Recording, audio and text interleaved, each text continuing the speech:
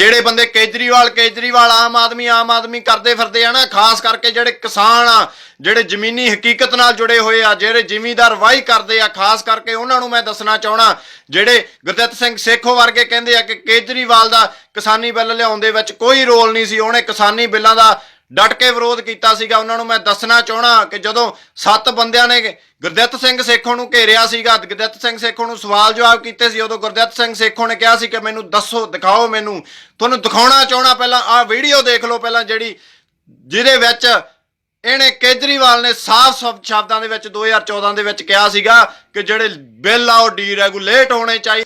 Sir agriculture is a very important issue, I completely कंसीड, और उसमें कई सारे डायमेंशंस हैं सर। सबसे बड़ा डायमेंशन सर एग्रीकल्चर प्राइसिंग का है, the kind of prices that we are giving, और जो इतने सारे कंट्रोल्स हमने एक किसान के ऊपर रखे हुए हैं, इन कंट्रोल्स को भी हटाना पड़ेगा। एक किसान को मंडी में ही जाके बेच सकता है, बाहर क्यों नहीं बेच सकता, मंडी में ही क्यों बेच सकता है, दूसरे स्टेट्स में क्यों नहीं बेच सकता, अपने स्टेट में क्यों जितने कंट्रोल्स हमने एक छोटे से किसान पे लगा रखे हैं, जिस कंट्रोल से आप लोग दुखी हो ना सारे, उसी सारे कंट्रोल से वो भी दुखी है। आई थिंक उसको वो करने की ज़रूरत है, डीरेगुलेट करने की ज़रूरत है।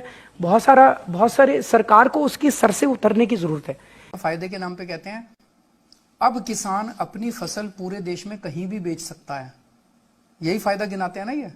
अब किसान को अच्छे दाम मिलेंगे, वो मंडी के बाहर कहीं भी बेच सकता है। मैं उनसे, केंद्र सरकार से पूरी विनम्रता से पूछना चाहता हूँ, आज पंजाब में और हरियाणा में मंडी में एमएसपी 1850 रुपये क्विंटल है गेहूं की, बिहार में मंडी नहीं है, वहाँ 800 रुपये में किसान बेच रहा है। उस 800 रुपये में जो किसान बेच रहा है उसको ये बता दो कि पूरे देश में वो कहाँ जाके मंडी के बाहर बेचे कि उसे 1850 रुपये से ज़्यादा का दाम मिल जाए। कहीं मिल ही नहीं सकता, मंडी के बाहर तो मंडी से कम मिलता है, तो ये भी कोई फायदा नहीं है। तो फायदा है क्या? तो किसान को एक भी फायदा नहीं है इस कानून से। इस कानून से केवल और केवल वो 4-5 बड़े बड़े पूंजीपति हैं जिनको फायदा है। क्यों? देख ली वीडियो, देख लिया सिस्टम। ਹੁਣ ਜਿਨ੍ਹਾਂ ਨੂੰ ਡੀਰੈਗੂਲੇਟ ਦਾ ਮਤਲਬ ਨਹੀਂ ਪਤਾ, ਜਿਨ੍ਹਾਂ ਨੂੰ ਇੰਗਲਿਸ਼ ਘੱਟ ਆਉਂਦੀ ਆ ਜਾਂ ਉਸ ਹਿਸਾਬ ਨਾਲ ਮਤਲਬ ਨਹੀਂ ਪਤਾ, ਉਹ ਮਾੜਾ ਜਿਹਾ ਇਸ ਗੱਲ ਨੂੰ ਜਾਂਚ ਲੈਣ, ਉਹ ਆਪਦੇ ਜਵਾਕਾਂ ਤੋਂ ਪੁੱਛ ਲੈਣ ਕਿ ਉਹਦਾ ਮਤਲਬ ਕੀ ਹੈ। ਜੇ ਮੈਂ ਦੱਸਿਆ ਫਿਰ ਤੁਸੀਂ ਕਹੋਗੇ ਪਤਾ ਨਹੀਂ ਖਣੀ ਝੂਠ ਹੀ ਬਣਾਈ ਜਾਂਦਾ। ਸੋ ਇਹ ਅਸਲੀਅਤ ਆ केजरीवाल ਦੀ।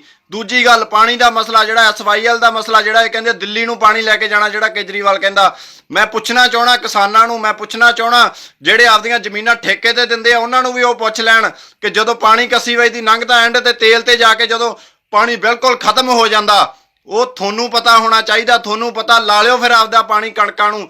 ਜ਼ਮੀਨੀ ਹਕੀਕਤ ਵੇਖੋ, ਜਿਹੜਾ ਜ਼ਮੀਨ ਦੇ ਪਾਣੀ ਆਪਾਂ ਨੂੰ ਕਿੰਨਾ ਕੁ ਆਪਣੇ ਕੋਲੇ ਕਿੰਨਾ ਕੁ ਤੇ ਆਪਾਂ ਗਾਂ ਕਿੰਨਾ ਕੁ ਦੇਖ ਸਕਦੇ ਆ। ਕਣਕਾਂ ਦੇਖ ਲਿਓ ਆਪਦੀਆਂ, ਝੋਨੇ ਲਾ ਲਿਓ ਪਾਣੀ ਜਿਹੜਾ ਲਾਉਣਾ। ਫਿਰ ਉਸ ਤੋਂ ਬਾਅਦ ਜਿਹੜਾ ਤੀਜਾ ਮਸਲਾ, ਜਿਹੜਾ ਪਰਾਲੀ ਦਾ ਮਸਲਾ, ਜਿਹੜਾ ਧੂਏ ਦਾ ਮਸਲਾ, ਉਹ ਇਹਨੂੰ ਬਹੁਤ ਰੜਕਦਾ केजरीवाल ਨੂੰ। ਪੰਜਾਬ ਦਾ ਜਿਹੜਾ ਧੂਆਂ ਉਹ ਬਹੁਤ ਰੜਕਦਾ, ਪਰਾਲੀ ਦਾ ਧੂਆਂ ਬਹੁਤ ਰੜਕਦਾ। ਸਲੂਟ ਆ ਉਹਨਾਂ ਬੰਦਿਆਂ ਨੂੰ ਜਿਨ੍ਹਾਂ ਨੇ ਸਵਾਲ ਜਵਾਬ ਕੀਤੇ ਗੁਰਦਿੱਤ ਸਿੰਘ ਸੇਖੋਂ ਨੂੰ, ਸਲੂਟ ਆ ਉਹਨਾਂ ਬੰਦਿਆਂ ਨੂੰ ਜਿਨ੍ਹਾਂ ਨੇ ਸਵਾਲ ਜਵਾਬ ਕੀਤੇ केजरीवाल ਦੇ। ਹੁਣ ਗੱਲ ਇੱਥੇ ਇਹ ਆਉਂਦੀ ਆ ਕਿ ਕਈ ਵਿੱਚ ਕਮੈਂਟਾਂ ਦੇ ਵਿੱਚ ਕਹਿੰਦੇ ਸੀਗੇ ਕਿ ਹਾਂ ਇਹ ਕਿਸਾਨ ਨਹੀਂ ਹੈਗੇ, ਕਿਸਾਨ ਨਹੀਂ ਹੈਗੇ। ਮੈਂ ਦੱਸ ਦੇਣਾ ਚਾਹਣਾ ਕਿ ਹਰ ਉਹ ਬੰਦਾ ਜਿਹੜਾ ਆਮ ਆਦਮੀ ਆ, ਜਿਹੜਾ ਵੋਟਰ ਆ, ਉਹ ਵੀ ਸਵਾਲ ਜਵਾਬ ਕਰ ਸਕਦਾ। ਜ਼ਰੂਰੀ ਨਹੀਂ ਵੀ ਜਿਹੜੇ ਕਿਸਾਨ ਆ ਉਹ ਹੀ ਸਵਾਲ ਜਵਾਬ ਕਰ ਸਕਦੇ ਆ। ਬਾਕੀ ਉਸ ਤੋਂ ਬਾਅਦ ਮੈਂ ਤੀਜੀ ਗੱਲ, ਜਿਹੜਾ 1000 ਰੁਪਇਆ ਗੁਰਦਿੱਤ ਸੇਖੋਂ ਨੇ ਕਿਹਾ ਸੀ ਕਿ ਕੁਛ ਕੁ ਤਾਂ ਗੁਜ਼ਾਰਾ ਹੋਊਗਾ, ਕੁਛ ਕੁ ਤਾਂ ਗੁਜ਼ਾਰਾ ਹੋਊਗਾ ਦਾ ਕੀ ਮਤਲਬ ਹੋਇਆ? ਇਹ ਇਨਸਾਨੀਅਤ ਆ? 1000 ਰੁਪਏ ਨਾਲ ਤੁਸੀਂ ਗੁਜ਼ਾਰਾ ਕਰ ਲਓਗੇ? ਜੇ ਕਰ ਲਓਗੇ ਤਾਂ ਠੀਕ ਆ। ਚੌਥੀ ਗੱਲ, ਜਿਹੜਾ ਗੁਰਦਿੱਤ ਸਿੰਘ ਸੇਖੋਂ ਨੇ ਕਿਹਾ ਸੀਗਾ ਕਿ ਮੇਰੇ ਬਾਰੇ ਸਵਾਲ ਪੁੱਛੋ, ਮੇਰੇ ਬਾਰੇ ਸਵਾਲ ਪੁੱਛੋ, केजरीवाल ਬਾਰੇ ਸਵਾਲ ਨਾ ਪੁੱਛੋ, ਭਗਵੰਤ ਮਾਨ ਵਾਲੇ ਸਵਾਲ ਨਾ ਪੁੱਛੋ। ਕਿਉਂ ਨਾ ਪੁੱਛੋ? ਤੇਰੇ ਤੋਂ ਭਗਵੰਤ ਮਾਨ ਵਾਲੇ ਸਵਾਲ ਕਿਉਂ ਨਾ ਪੁੱਛੋ? केजरीवाल ਬਾਰੇ ਸਵਾਲ ਪੁੱਛੇ ਜਾਣਗੇ, ਸਵਾਲ ਹਰੇਕ ਗੱਲ ਤੇ ਪੁੱਛੇ ਜਾਣਗੇ। ਤੁਸੀਂ ਬਖਲਾਹਟ ਦੇ ਵਿੱਚ ਤੁਹਾਨੂੰ ਇਹ ਨਹੀਂ ਪਤਾ ਲੱਗਦਾ ਕਿ ਤੁਸੀਂ ਆਪਦੇ ਬੰਦਿਆਂ ਨੂੰ ਹੀ ਕੁੱਤੇ ਬਿੱਲੇ ਕਹੀ ਜਾਂਦੇ ਆ, ਆਪਦੇ ਸਪੋਰਟਰਾਂ ਨੂੰ ਹੀ ਕੁੱਤੇ ਬਿੱਲੇ ਕਹੀ ਜਾਂਦੇ ਆ। ਇੰਨੇ ਤੁਸੀਂ ਬਖਲਾਹਟ ਦੇ ਵਿੱਚ ਆਏ ਹੋਏ ਆ, ਤੁਹਾਨੂੰ ਇਹ ਨਹੀਂ ਪਤਾ ਲੱਗ ਰਿਹਾ ਕਿ ਤੁਸੀਂ ਬੋਲ ਕੀ ਰਹੇ ਆ। ਸਵਾਲ ਜਵਾਬ ਤੁਸੀਂ ਕਹਿੰਦੇ ਕਰੋ, ਸਵਾਲ ਕਰੋ ਤੇ ਸਵਾਲਾਂ ਦੇ ਜਵਾਬ ਵੀ ਦਿਓ। ਚੌਥੀ ਗੱਲ, ਪ੍ਰੋਫੈਸਰ ਭੁੱਲਰ ਦੀ ਰਿਹਾਈ ਦਾ ਮਸਲਾ, ਬੰਦੀ ਸਿੰਘਾਂ ਦੀ ਰਿਹਾਈ ਦਾ ਮਸਲਾ, ਜੋ ਟਾਲ ਮਟੋਲ ਤੁਸੀਂ ਕਰਦੇ ਰਹੇ ਬਹੁਤ ਚਿਰ ਤੋਂ, ਤੇ ਐਂਡ ਤੇ ਆ ਕੇ ਤੁਸੀਂ ਕੀ ਕਿਹਾ? ਭਗਵੰਤ ਮਾਨ ਨੇ ਵੀ ਟਾਲ ਮਟੋਲ ਕੀਤੀ, केजरीवाल ਨੇ ਵੀ ਟਾਲ ਮਟੋਲ ਕੀਤੀ, ਕਿਹਾ ਕਿ ਸਾਡੇ ਕੋਲ ਤਾਂ ਹੈ ਹੀ ਕੱਖ ਨਹੀਂ। ਹੁਣ ਤੁਸੀਂ ਐਂਡ ਤੇ ਆ ਕੇ ਇਹ ਜਿਹੜਾ ਪੱਲਾ ਝਾੜਤਾ, ਜਿਹੜਾ 7 ਮੈਂਬਰੀ ਕਮੇਟੀ ਵਾਲਾ, ਉਹ ਤੁਸੀਂ ਦੱਸੋ ਵੀ ਉਹਦੇ ਵਿੱਚ ਤੁਹਾਡੇ 5 ਬੰਦੇ ਹੈਗੇ ਕਿ ਨਹੀਂ ਹੈਗੇ?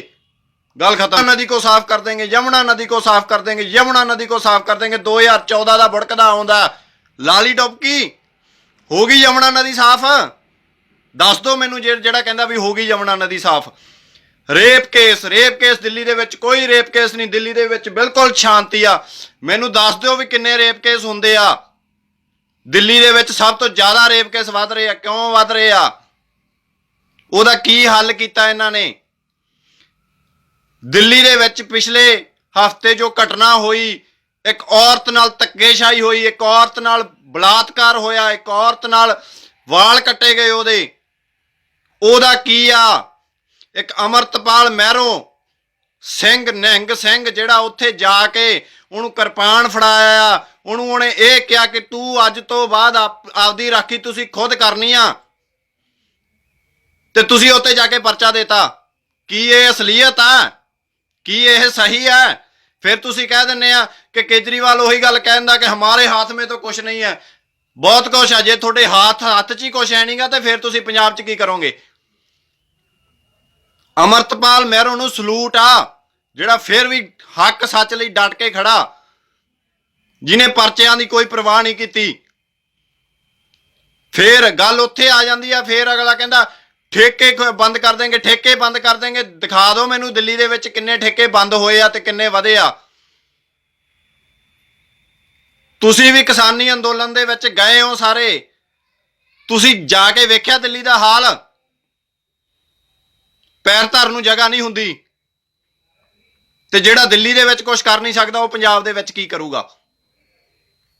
महाराष्ट्र जाके भी यहाँ पर जो बिल है, वो जो इलैक्ट्रिसिटी बिल है, जो इलैक्ट्रिसिटी है वो बहुत महंगी है, सबसे ज़्यादा महंगी है। पंजाब दे विच आके भी उही भाषण, दिल्ली दे विच जाके भी उही भाषण। घरे जिहड़ी केजरीवाल दे घरे रेड पई ਉਹਦੇ ਵਿੱਚ ਇਹ ਕਿਤੇ ਕਹਿੰਦਾ ਮੈਨੂੰ 7 ਮਫਲਰ ਮਿਲੇ ਮੇਰੇ ਘਰੋਂ, ਕਿਤੇ ਕਹਿੰਦਾ ਮੇਰੇ ਘਰੋਂ 5 ਮਫਲਰ ਮੇਰੇ, ਕਿਤੇ ਕਹਿੰਦਾ ਮੇਰੇ ਘਰੋਂ 3 ਮਫਲਰ ਮੇਰੇ। ਕੀ ਆ ਇਹ? ਜਿਹਨੂੰ ਇਹ ਨਹੀਂ ਪਤਾ ਕਿ ਮੇਰੇ ਘਰੋਂ ਮਫਲਰ ਕਿੰਨੇ ਮਿਲੇ ਆ ਉਹ ਪੰਜਾਬ ਲਈ ਕੀ ਕਰੂਗਾ? फिर कई लोग कहते हैं भगवंत मान है, भगवंत मान है। जब भगवंत मान का कान केजरीवाल के हाथ में है तो भगवंत मान क्या करेगा ये बताओ? नवजोत कौर लंबी वर्गी जिहड़ी बहुत सूझवान ते सही जिहड़ी भैन सीगी ਉਹ ਲੱਖੇ ਸਿਧਾਣੇ ਨਾਲ ਤੁਰੀ ਫਿਰਦੀ ਆ ਕਿ ਉਹ ਆਮ ਆਦਮੀ ਦੇ ਵਿੱਚ ਨਹੀਂ ਸੀਗੀ? ਮੈਨੂੰ ਇਹ ਦੱਸੋ। ਫਿਰ ਕੇਜਰੀਵਾਲ ਨੂੰ ਮੋਦੀ ਦੀ ਸਿਕਿਉਰਿਟੀ ਦੀ ਬੜੀ ਫਿਕਰ ਹੋਈ ਆ। ਜਦੋਂ ਕਿਸਾਨਾਂ ਨੇ ਮੋਦੀ ਨੂੰ ਘੇਰਿਆ ਸੀ ਇੱਥੇ ਪੰਜਾਬ ਆਏ ਨੂੰ, ਬਹੁਤ ਜ਼ਿਆਦਾ ਫਿਕਰ ਹੋਈ ਆ ਉਹਨੂੰ ਇਸ ਗੱਲ ਦੀ। ਕਿਉਂ ਫਿਕਰ ਹੋਈ ਆ ਉਹਨੂੰ ਇਸ ਗੱਲ ਦੀ? ਕੀ ਖਤਰਾ ਸੀ ਮੋਦੀ ਨੂੰ? ਭੱਜਿਆ ਤਾਂ ਉਹ ਆਪ ਆ ਕਿਉਂਕਿ ਇਕੱਠ ਨਹੀਂ ਹੋਇਆ, ਰਾਹ ਉਹਦਾ ਸਾਰਾ ਸਾਫ਼ ਸੀ, ਕਿਸਾਨਾਂ ਨੇ ਉਹਨੂੰ ਰੋਕਿਆ ਨਹੀਂ। बीजेपी वर्कर ਉਹਦੇ ਨਾਲ ਖੜੇ ਸੀਗੇ, बीजेपी ਵਰਕਰਾਂ ਤੋਂ ਭੱਜ ਗਿਆ। ਤੇ ਦੱਸੋ ਉੱਥੇ ਕੀ ਅਸਲੀਅਤ ਆ? ਤੇ ਫਿਰ ਇੱਥੋਂ ਹੀ ਤਾਂ ਪਤਾ ਲੱਗਦਾ। ਚੰਡੀਗੜ੍ਹ ਦੇ ਵਿੱਚ ਚੋਣਾਂ ਹੋਈਆਂ, ਆਮ ਆਦਮੀ ਲੜੀ, बीजेपी ਲੜੀ, ਤੇ बीजेपी ਨੂੰ ਕਿਵੇਂ ਜਿੱਤ ਪ੍ਰਾਪਤ ਹੋਈ ਹੈ ਤੁਹਾਨੂੰ ਵੀ ਪਤਾ। ਤੇ ਫਿਰ ਤੁਸੀਂ ਕੇਜਰੀਵਾਲ ਕਰਦੇ ਆ। ਤੁਸੀਂ ਛੋਟੇ ਸੱਪ ਛੱਡ ਕੇ ਵੱਡਾ ਸੱਪ ਗਲ 'ਚ ਪਾ ਰਹੇ ਆ। ਇਹ ਗੱਲ ਯਾਦ ਰੱਖਿਓ। ਤੇ ਵੱਡਾ ਸੱਪ ਤੁਹਾਨੂੰ ਬਹੁਤ ਮਹਿੰਗਾ ਪਊਗਾ। ਇਹ ਜਿਹੜਾ ਕੇਜਰੀਵਾਲ ਕਰਦੇ ਫਿਰਦੇ, ਜਿਹੜਾ ਹਰਿਆਣੇ ਦਾ ਬੰਦਾ, ਹੁਣ ਕਿ ਖੜ ਹਰਿਆਣੇ ਦੇ ਵਿੱਚ ਜਾ ਕੇ, ਹਰਿਆਣੇ ਦਾ ਜੰਪਲ ਦਿੱਲੀ ਦੇ ਵਿੱਚ ਜਾ ਕੇ ਖੜਾ, ਕਿਵੇਂ ਜਿੱਤਿਆ ਖੰਭਿਆਂ ਤੇ ਚੜ ਕੇ ਸਾਰਿਆਂ ਨੂੰ ਪਤਾ, ਕਿਵੇਂ ਰਲ ਮਿਲ ਕੇ ਜਿੱਤਿਆ ਇਹ ਸਾਰਿਆਂ ਨੂੰ ਪਤਾ। ਕਈ ਵੀਰ ਗੱਲਾਂ ਕਰਦੇ ਆ ਕਿ ਦਿੱਲੀ ਦੇ ਵਿੱਚ MLA ਜਿਹੜੇ ਹੈਗੇ ਆ ਉਹ ਕੇਜਰੀਵਾਲ ਦੇ ਆ, ਤੇ ਜਿਹੜੇ ਥੱਲੇ ਮਿਊਨਿਸਪਲ ਕਮੇਟੀ ਦੀਆਂ ਚੋਣਾਂ ਉਹਦੇ ਵਿੱਚ ਜਿਹੜੇ ਕੇਜਰੀਵਾਲ ਦੇ ਬੰਦੇ ਕਿਉਂ ਨਹੀਂ ਜਿੱਤਦੇ? ਇਹਦਾ ਜਵਾਬ ਦੇਣ ਦੀ ਬਜਾਏ ਇਹਦੇ ਬਖਲਾਹਟ ਦੇ ਵਿੱਚ ਇਹਨਾਂ ਗੱਲਾਂ ਦੇ ਖਿਲਾਫ ਹੋ ਰਹੇ ਆ। ਕਿਉਂ ਹੋ ਰਹੇ ਆ? ਇਹਨਾਂ ਗੱਲਾਂ ਦਾ ਜਵਾਬ ਚਾਹੀਦਾ। ਸਲੂਟ ਆ ਉਹ ਬੰਦਿਆਂ ਨੂੰ ਜਿਨ੍ਹਾਂ ਨੇ ਗੁਰਦਿੱਤ ਸਿੰਘ ਸੇਖੋਂ ਨੂੰ ਸਵਾਲ ਜਵਾਬ ਕਰਨ ਦੀ ਜ਼ਰੂਰਤ ਕੀਤੀ ਆ, ਸਲੂਟ ਆ। ਪਰ ਉਹਨਾਂ ਦੇ ਕੀਤੇ ਹੋਏ ਸਵਾਲਾਂ ਦਾ ਥੱਲੇ ਜਿਹੜੇ ਕਮੈਂਟਾਂ ਦੇ ਵਿੱਚ ਕਹਿੰਦੇ ਸੀ ਨਾ ਕਿ ਇਹ ਤਾਂ ਐਵੇਂ ਮਾਰੀ ਜਾਂਦੇ ਆ, ਇਹ ਤਾਂ ਕਿਸਾਨ ਨਹੀਂ, ਇਹ ਤਾਂ ਅਮਲੀ ਆ, ਇਹ ਤਾਂ ਨਸ਼ੇੜੀ ਲੱਗਦੇ ਆ, ਭਾਵੇਂ ਕੁਝ ਵੀ ਹੋਣ, ਅਗਲੇ ਨੇ ਸਵਾਲ ਕੀਤੇ ਆ ਤੇ ਉਹ ਸਵਾਲਾਂ ਦਾ ਜਵਾਬ ਪਤਾ ਹੀ ਆ ਆਪਾਂ ਨੂੰ ਕਿੰਨਾ ਕੁ ਸਹੀ ਦਿੱਤਾ ਗੁਰਦਿੱਤ ਸੇਖੋਂ ਨੇ ਤੇ ਕਿਵੇਂ ਦਿੱਤਾ। ਗੱਲਾਂ ਹੋਰ ਬਹੁਤ ਪਈਆਂ, ਹੋਰ ਵੀ ਬਹੁਤ ਪਈਆਂ। ਦਿੱਲੀ ਦੇ ਵਿੱਚ ਠੇਕੇ ਕਿੰਨੇ ਖੁੱਲੇ, ਦਿੱਲੀ ਦੇ ਵਿੱਚ ਜੋ ਮੀਂਹ ਪੈਣ ਵੇਲੇ ਜੋ ਹਾਲ ਹੁੰਦਾ ਉਹ ਵੀ ਦਿਖਾ ਦਿਓ। ਫਿਰ ਕਰਦੇ ਆ ਟੀਚਰਾਂ ਦੀ ਗੱਲ, ਜਿਹੜਾ ਪੰਜਾਬ ਦੇ ਵਿੱਚ ਆ ਕੇ ਇਹਨੇ ਕਿਹਾ ਟੀਚਰੋਂ ਕੋ ਪੱਕਾ ਕਰ ਦੇਂਗੇ, ਟੀਚਰੋਂ ਕੋ ਪੱਕਾ ਕਰ ਦੇਂਗੇ। ਪਹਿਲਾਂ ਦਿੱਲੀ ਵਾਲੇ ਟੀਚਰ ਆਪਦੇ ਪੱਕੇ ਕਰਕੇ ਫਿਰ ਪੰਜਾਬ 'ਚ ਆ ਕੇ ਗੱਲ ਕਰੀ ਕਿ ਪੰਜਾਬ ਕੇ ਟੀਚਰ ਪੱਕੇ ਕਰ ਦੇਂਗੇ। ਆ ਦਿੱਲੀ ਵਾਲੇ ਤਾਂ ਪਿਛਲੇ ਮਹੀਨੇ ਧਰਨਾ ਲਾਈ ਬੈਠੇ ਸੀਗੇ, ਜਿਨ੍ਹਾਂ ਨੂੰ ਤੁਸੀਂ ਕੁੱਟਿਆ ਡਾਂਗਾ ਨਾਲ। ਨਹੀਂ ਕੁੱਟਿਆ ਤਾਂ ਦੱਸੋ, ਉਹ ਵੀ ਵੀਡੀਓ ਦਿਖਾ ਦਿੰਦਾ ਮੈਂ ਤੁਹਾਨੂੰ। ਕੇਜਰੀਵਾਲ ਕਰਦੇ ਫਿਰਦੇ ਆ। ਸੋ ਗੱਲਾਂ ਹੋਰ ਬਹੁਤ ਆ, ਅਗਲੀ ਵੀਡੀਓ 'ਚ ਹੋ ਸਕਦਾ ਮੈਂ ਉਹ ਵੀ ਸਾਰੀਆਂ ਪਾ ਦਿਆਂ, ਪਰ ਧਿਆਨ ਰੱਖਿਓ ਝੋਨਾ ਲਾਉਣ ਵਾਲੇ, ਕਣਕਾਂ ਲਾਉਣ ਵਾਲੇ, ਧਿਆਨ ਰੱਖਿਓ ਇਸ ਗੱਲ ਦਾ ਕਿ ਅੱਜ ਤੁਸੀਂ ਬੁਖਲਾਹਟ ਦੇ ਵਿੱਚ ਫਿਰਦੇ ਹੈਗੇ ਆ, ਤੇ ਪਰ ਇਹ ਗੱਲ ਦਾ ਖਮਿਆਜਾ ਤੁਹਾਨੂੰ ਐਂਡ ਤੇ ਜਾ ਕੇ ਭੁਗਤਣਾ ਪਊਗਾ।